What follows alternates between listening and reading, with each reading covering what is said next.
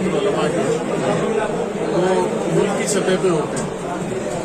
और इस वक्त में मुल्क की जो सबसे बुजुर्ग शख्सियत है मौलाना सैयद अरशद मदनी साहब वो वोट के नायब सदर भी हैं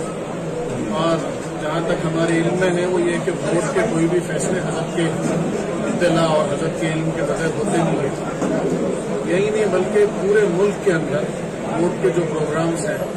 जो जलसों की नौयत के हैं उन तमाम के अंदर जो है जमीयत उलमा शरीक है और खुद दिल्ली के अंदर जो वोट का प्रोग्राम हुआ लाल कटोरा स्टेडियम में उस स्टेडियम के अंदर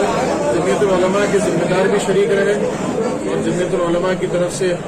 जो है लोगों को दावत भी दी गई उसके अंदर वोट के प्रोग्रामों के अंदर। माशाल्लाह दिल्ली के अंदर हज़रत का जो है बड़ा ताउन रहा दिल्ली के अतराफ वकनाफ में भी और हज़रत ही की हिदायत के मुताबिक हम लोग यहाँ रियासती सतह पर भी वोट के साथ शुरू से शाना बशाना शरीक है और इसीलिए आज भी यहाँ जो मेरा आना हुआ वो भी बोर्ड के इजलास में है और बोर्ड का यहाँ जो इस वक्त में निज़ामुल अमल बना हुआ है वो ये है कि अराकीन बोर्ड के साथ साथ जमीयत उलमा के एक जिम्मेदार जिसमें मैं हूँ मुफ्ती साहब है मुफ्ती नियाज़ साहब है जमात इस्लामी के जिम्मेदार जमीयत अहले हदीस के जिम्मेदार जैसा बोर्ड का हमेशा का निज़ाम रहा है उसी निज़ाम के साथ इस वक्त भी ये प्रोग्राम चल रहा है। हम हर एक से यही हम गुजारिश करेंगे जैसे मैंने अपनी बात में भी कहा कि सब इस वक्त में जो है तंजीम मसलक मजहब ये चीज़ देखने की नहीं है। इस वक्त में जो है जो वक्त का मसला है वो मुल्क के कॉन्स्टिट्यूशन के ऊपर राज तौर पर हमला हो रहा है। इसीलिए हम ये चाह रहे हैं कि हम जो मुसलमानों का ही नहीं बल्कि हम ये चाह रहे हैं कि गैर मुस्लिम और बरादरान वतन भी उसके अंदर शरीक हों उन सबके साथ मिलकर जो है ये कॉन्स्टिट्यूशन की हिफाजत के लिए हम आ गए हैं। इसलिए कि कॉन्स्टिट्यूशन के अंदर छेड़छाड़ होगी तो सिर्फ मुस्लिम कौम ही नहीं बल्कि मुल्क की तमाम अक़वाम मुतासिर होंगी और तमाम अक़वाम के ऊपर उसका असर पड़ेगा।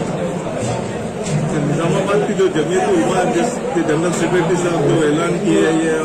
अपने तौर पे वाजे किए या फैसला किए कि हम निज़ामाबाद में किसी तौर पे हम ताउन नहीं करेंगे काम नहीं करेंगे हमारा कोई ताल्लुक नहीं है अलहदगी का ऐलान किए हैं इसके ऊपर रियासती जमीयत क्या हमारा जो है जमीयत उलमा मरकज में जब मौलाना अरशद मदनी साहब जो फैसला फरमा दिए वो कभी और आखिरी फैसला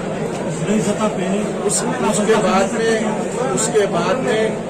न जिले की कोई हैसियत है न रियासत की कोई हैसियत है। जो फैसला होता है मैंने जैसे अर्ज किया कि शुरू में जो भी फैसला होता है वो मरकज का होता है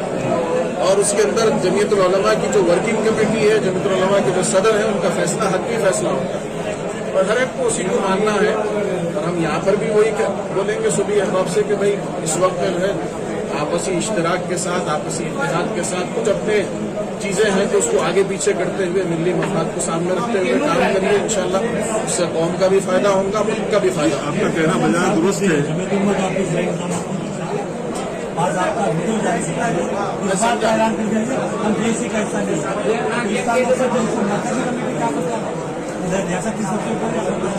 देखिए जो भी फैसला होगा वो तो फैसला वर्किंग कमेटी में जब बात आएंगी उसके बाद